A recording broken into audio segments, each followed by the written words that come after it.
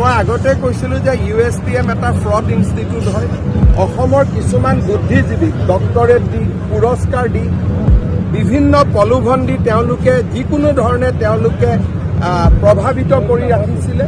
কিন্তু যিজন মানুহে নিজে OBC নহওঁতেও OBCৰ জালিয়াতি চাৰ্টিফিকেট লৈ এইবিলাক কৰিব পাৰে, তেতিয়া আপোনালোকে বুজি পাব লাগিছিল বা আমি সকলোৱে বুজি পাব লাগিছিল যে কিমান ডাঙৰ তেওঁ এজন ফ্ৰড হ'ব পাৰে।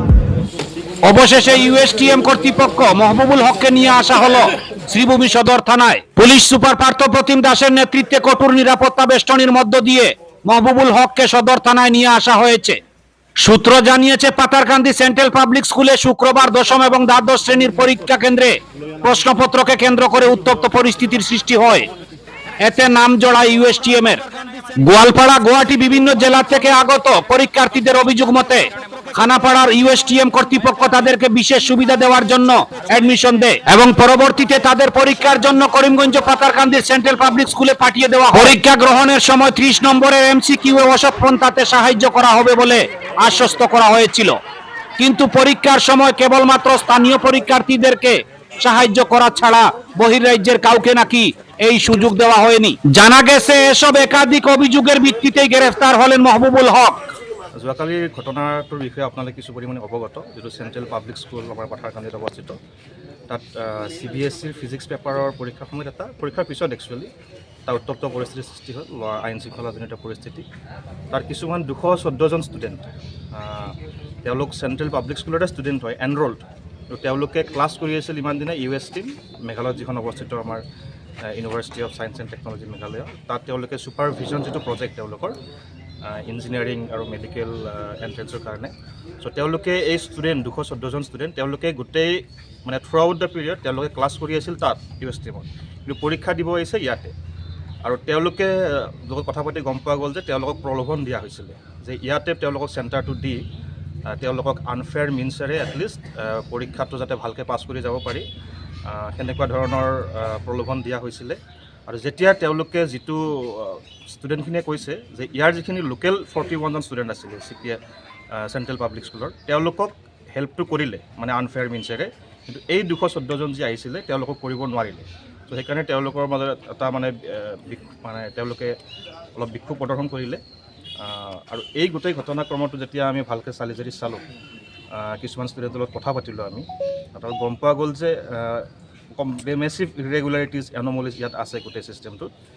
আৰু যি তেওঁলোকক ইঞ্জিনিয়াৰিং মেডিকেলৰ কোচিং দিয়া হৈ আছে under the aegis of vision 50 যিটো তেওঁলোকৰ প্ৰজেক্ট, সেই প্ৰজেক্টৰ আণ্ডাৰত। চ' তাতো দুই এজনে ষ্টুডেণ্টে কোৱা মতে যে দে হেভ বিন লিউৰ্ড, তেওঁলোকক প্ৰমিছ কৰা হৈছে যে ফাইনেন্সিয়েল কুইড প্ৰ' কো বেচিছত যে তেওঁলোকক মেডিকেল বা ইঞ্জিনিয়াৰিং কলেজত ছিট পোৱাটো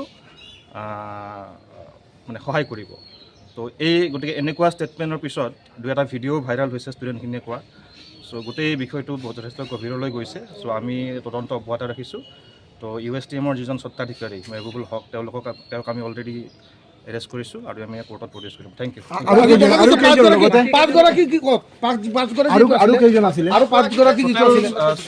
ছয়জন এৰেষ্ট, তাৰে এগৰাকী মহিলা আছে, তেখেত প্ৰিন্সিপাল চেণ্ট্ৰেল পাব্লিক স্কুলৰ, আৰু বাকী দুজন ভিজন যিটো প্ৰজেক্টৰ তেওঁলোকৰ দুজন ইনচাৰ্জ, এজন এছিষ্টেণ্ট ইনচাৰ্জ, আৰু বাকী দুজন এতিয়ালৈকে আমি যিখিনি পাইছোঁ দুজন টিচিং ষ্টাফ, টোটেল 6জন। Thank you. সেকশনটো কি আছিল? সেকশনটো কি আছিল? Patharkandi PS case number 54 and 55। Thank you. এদিকে এ ঘটনায় ক্ষুব্ধ মুখ্যমন্ত্রী ডক্টর হিমন্ত বিশ্ব শর্মা কি প্রতিক্রিয়া ব্যক্ত করলেন তিনি, চলুন শুনে নেওয়া যাক। ব্যুরো রিপোর্ট, আমার সোনার কালীগঞ্জ। এটা প্ৰসংগ লাগিছে USTMৰ চেঞ্চেলৰ মহবুবুল হকক কালি গ্ৰেপ্তাৰ কৰা হৈছে। তেওঁলোকে কি কৰিছে, অসমৰ বিভিন্ন জাগাৰ পৰা তেওঁলোকে 243গৰাকী ছাত্ৰ ছাত্ৰী মেডিকেল ছিট আৰু CBSEৰ হায়াৰ ছেকেণ্ডাৰীত পাছ কৰাই দিম বুলি প্ৰলোভন দি নামভৰ্তি কৰোৱাইছিল। 2.5 লাখ টকা পৰ্যন্ত তেওঁলোকে ফিজ লৈছিলে। যেতিয়া পৰীক্ষা আহিলে ল'ৰা ছোৱালীখিনিক তেওঁলোকে বৰাক উপত্যকাত লৈ গ'ল, পাথাৰকান্দি। তেতিয়া ব্ৰহ্মপুত্ৰ উপত্যকাৰ ল'ৰা ছোৱালীবিলাকৰ চিন্তা হ'ল যে আমাক পৰীক্ষা দিবৰ কাৰণে ইমান দূৰত কিয় লৈ আহিছে। তেতিয়া তেওঁলোকক বুজোৱা হ'ল যে তাতে আপোনালোকে নকল কৰিব পাৰিব আৰু তাতে আপোনালোকক মাষ্টৰসকলেও সহায় কৰি দিব। পিছত যেতিয়া চৰকাৰৰ পৰ্যবেক্ষণৰ কাৰণে নকল বা সহায় নাপালে তেতিয়া এই 243গৰাকী ছাত্ৰ ছাত্ৰীয়ে ওলাই আহি চৰকাৰক অভিযোগ দিয়ে। অভিযোগৰ তদন্ত কৰোঁ।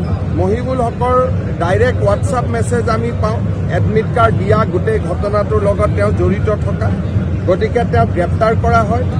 6টা বজাত আদালতত তেওঁক হাজিৰ কৰাব আৰু গোচৰটো আমি খুব ভাল কৰি চাওঁ। ইয়াৰ লগত মেডিকেল এডমিশ্যনৰো এটা ঘটনা লুকাই আছে। কেইটামান কোচিং ইনষ্টিটিউটৰ পৰা মেডিকেল এডমিশ্যনত সাংঘাতিক ধৰণে ভাল ৰিজাল্ট কৰে। এতিয়া আমি দেখা পাইছোঁ যে তেওঁলোকৰ চেণ্টাৰবিলাক নিজৰ জিলাত নহয়, অসমৰ বিভিন্ন জিলাৰ চেণ্টাৰত তেওঁলোকে পৰীক্ষা দিয়ে।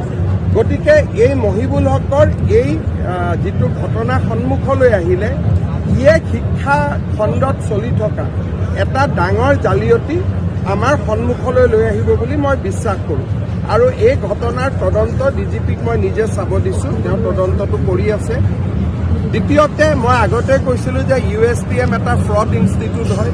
অসমৰ কিছুমান বুদ্ধিজীৱীক ডক্টৰেট দি, পুৰস্কাৰ দি, বিভিন্ন প্ৰলোভন দি তেওঁলোকে যিকোনো ধৰণে তেওঁলোকে প্ৰভাৱিত কৰি ৰাখিছিলে। কিন্তু যিজন মানুহে নিজে OBC নহওঁতেও OBCৰ জালিয়াতি চাৰ্টিফিকেট লৈ এইবিলাক কৰিব পাৰে, তেতিয়া আপোনালোকে বুজি পাব লাগিছিল বা আমি সকলোৱে বুজি পাব লাগিছিল যে কিমান ডাঙৰ তেওঁ এজন ফ্ৰড হ'ব পাৰে। যি নহওক, আগতে আহিব লাগিছিল, দেৰিকৈ হ'লেও তেওঁৰ গোটেই কেলেংকাৰী কথা পোহৰলৈ আহিছে। চৰকাৰে গভীৰতলৈ গৈ ইয়াক তদন্ত কৰিব।